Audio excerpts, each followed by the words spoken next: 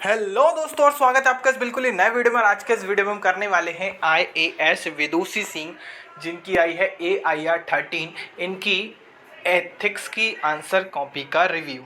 इनकी हम ऐसे की कॉपी का रिव्यू ऑलरेडी कर चुके हैं, जो कि इसके जस्ट पहले वाला वीडियो है, उसको आप जाके देख सकते हैं अगर आपने अभी तक नहीं देखा है। और शक्ति यूपीएससी को सब्सक्राइब करना ना भूलें, क्योंकि शक्ति यूपीएससी वो प्लेटफॉर्म है जहाँ पे आपको फ्री में सभी तरीके का गाइडेंस दिया जाता है। आप यहाँ पे कुछ भी पूछ सकते हैं, आपके प्रिपरेशन से रिलेटेड और किस तरीके से आपको अपने रिसोर्सेज को कैसे आपको मैनेज करना है अपने प्रिपरेशन को, सब कुछ यहाँ पे दिया जाता है अलॉन्ग विथ मोटिवेशन ऐसा। यार कभी कभी आपको लगता होगा कि आज कुछ डाउन फील हो रहा है, तो उसके लिए ठीक है। सो यार अच्छा, एक और चीज़, एथिक्स के पेपर के बारे में आपको जनरल इन्फॉर्मेशन होगी, फिर भी मैं बता देता हूँ। देखो, एथिक्स का पेपर जो कि GS4 होता है, इसमें एथिक्स, इंटीग्रिटी एंड एप्टीट्यूड आता है, ठीक है। अब ethics, integrity and aptitude it has been mentioned in the syllabus as well कि you will be asked case studies question and some questions from the देखो उसमें कीवर्ड्स दिए हुए हैं यार सिलेबस में, मेंस के सिलेबस में अगर आप देखें एथिक्स के में, वहाँ से क्वेश्चंस आते हैं। तो सेक्शन ए में मेनली ये वाले क्वेश्चंस रहते हैं, सेक्शन बी रहता है, या फिर उसको कह लो आप केस स्टडीज आते हैं लास्ट वाले क्वेश्चंस में, ठीक है। तो देखते हैं, explain why altruism constitutes one of the core values in public life.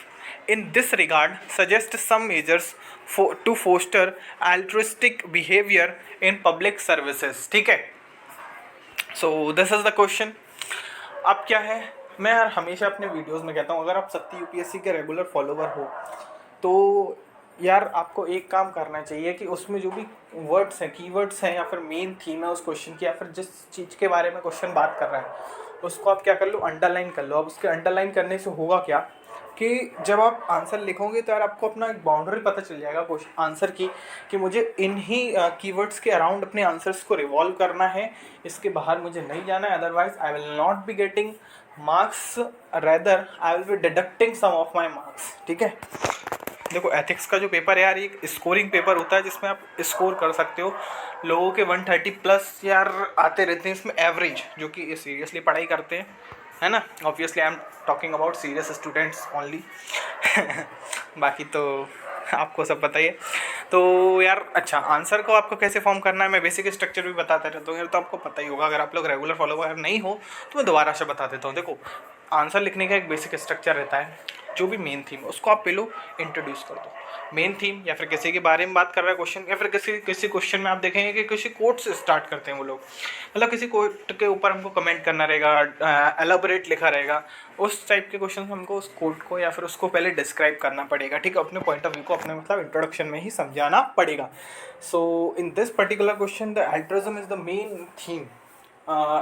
Main theme से मेरा मतलब क्या, मेन थीम से यार मेरा मतलब है कि आपको क्वेश्चंस के वर्ड्स के अराउंड रिवॉल्व करेगा मेनली, ठीक है। तो altruism is the quality of being empathic and imagining self in someone else's shoes, ठीक है। सो यार this line has been highlighted here. अच्छा, इसका आप कारण बताना यार कि मैं क्यों कहता हूँ हाईलाइट कीजिए आंसर्स में कुछ कुछ कीवर्ड्स को, ठीक है। जो सही आंसर बताएगा उसके लिए वाह वाह, और अगले वीडियो में डिस्कस करेंगे कि इसका रूल क्या होता है अंडरलाइन करने का, ठीक है। अब altruism core values in public life, ठीक है। अब हमने ऐसा क्यों लिखा, देखो हम हेडिंग को ही बनाते हैं ना, तो ऐसे ही नहीं बना देते। It is UPSC paper, we are not doing anything irrelevant, ठीक है। Everything is relevant to the question, to the paper and to the exam. देखो, अब क्वेश्चन में इटसेल्फ दिया हुआ है कि one of the core values in public life. So हमको इसको दिखाना पड़ेगा कि अल्ट्रुइज्म कैसे कोर वैल्यू है एक पब्लिक लाइफ में, ठीक है। अब इसमें हमको कुछ कुछ पॉइंट्स लिखने। अच्छा, कभी कभी यार क्वेश्चन में आपको एनालाइज करना पड़ेगा, तो उस टाइप के क्वेश्चन के लिए मैं हमेशा आपको एडवाइस करूँगा कि आप पैराग्राफ को प्रेफर करें ओवर पॉइंट फॉर्मेट। अब जैसे इसमें इन्होंने पॉइंट फॉर्मेट लिखा है, क्यों, क्योंकि हेडिंग थी, उसको एक्सप्लेन करना था, अपने पॉइंट्स को रखना था। So this is the best method, ठीक है। अब आपको ऐसा कोई एक हार्ड एंड फास्ट रूल नहीं है कि आपको हमेशा ही पॉइंट में जाना है, फिर हमेशा पैराग्राफ में। क्वेश्चन पे डिपेंड करता है, अगर एनालाइज करना है तो paragraph will be more better, ठीक है। तो इस तरीके से आपको करना है। अच्छा, मैं आपको ये तो बता ही नहीं रहा हूँ कि आंसर क्या लिखना है, मैं आपको बस ये बता रहा हूँ कि आपको कैसे प्रेजेंट करना है अपने आंसर को, ठीक है। तो आई होप कि आप समझ रहे होंगे। हेडिंग बनाई हमने। अब पहली वाली हेडिंग हमने यहाँ पे अंडरलाइन की थी, सजेस्ट। अच्छा, अब आप समझ रहे होंगे मेरे ख्याल से कि मैंने क्यों बोला था आपसे कि आप अंडरलाइन कीजिए क्वेश्चन को, ठीक है। तो इसका आप समझ गए होंगे, अंडरलाइन किया, उसी के बार हमने उसी को हेडिंग बनाया और नीचे लिख दिया। अब दूसरी हेडिंग क्या है, measures to foster altruism in public services. ऊपर जाओ, सजेस्ट सम मेजर्स। क्या हमने कुछ मन से बनाया? नहीं। क्या हमने कुछ बहुत ज़्यादा स्पेशल कर दिया? नहीं। तो यार किस बात की परेशानी है? यार वही तो मैं बोल रहा हूँ यार, कुछ करना ही नहीं है इसमें नया यार। Everybody has to write just average number. Obviously some question has to be written in more than above sense, है ना। मतलब good answers will have to be written in the exam as well, but most of the times you will have to write average question answers, ठीक है। सो ये हो गया। अब हम एक केस स्टडी वाला क्वेश्चन भी देख लेते हैं। केस स्टडी वाला क्वेश्चन से ना यार बच्चे डरते बहुत हैं, होते बहुत सिंपल है पर डरते हैं। देखो केस स्टडी में एक सिंपल फंडा है, you will be given a real time situation like this. You are a CEO founder of an edtech company.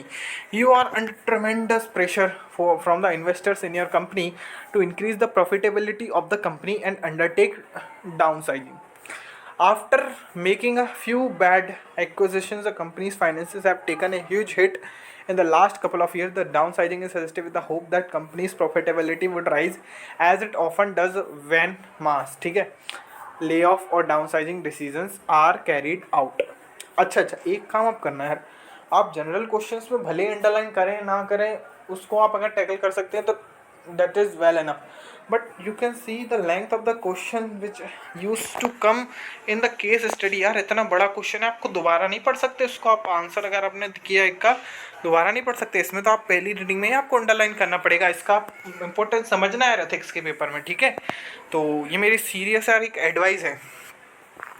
अब जैसे हमने इसको एक्सप्लेन करना है तो इसको भी इसी तरीके से एक्सप्लेन करना है। The present case highlights the ramifications faced during changes in corporate governance, है ना। So specifically downsizing due to reduced profitability of the company. तो यार अब हमने क्या किया, पॉइंट्स दिया। पॉइंट्स किस दिया? स्टेक होल्डर्स के बारे में आपको पता है क्या? Stake holders persons which have share या फिर some kind of partnership in your company. अब लाइक आपको पता होगा यार, आजकल शेयर मार्केट बहुत ज़्यादा ट्रेंड में चल रहा है कि भैया हमने एक लगा के 10 कमा लिया। That is also kind of stake holders. We are also stake holders if you invest in some companies shares, ठीक है। If we buy some company share then we are the stake holders of that company, ठीक है, क्योंकि हमने उसके stakes को खरीद रखा है, उसके स्टेक्स को होल्ड करके रखा है।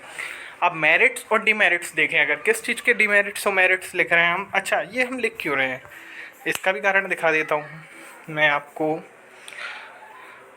If you look at this question, ये स्टेक होल्डर्स वाला पहला क्वेश्चन था, ठीक है ना। अब यार देखो इसी तरीके से अब जब क्वेश्चन पढ़ोगे तो आपको सारी चीज़ें समझ में आती हैं। जो क्वेश्चन पूछा यार हमको वही लिखना पड़ता है। बस यूपीएससी आंसर राइटिंग को लोगों ने हवा बना के रखा है कि आईएएस का एग्जाम है। सबसे पहले तो आप अपने मन से एक बात निकाल दो यार, उसी दिन आपके आईएएस का मुझे लगता है 10% खौफ निकल जाएगा इस एग्ज़ाम का कि आईएएस का exam, this is not the exam of IAS, ठीक है, it is just the exam. बस आपको ये बात ध्यान में रखनी है, ठीक है। तो मिलते हैं अगले वीडियो में, तब तक के लिए हमारे चैनल को सब्सक्राइब और वीडियो को लाइक शेयर ज़रूर से करना।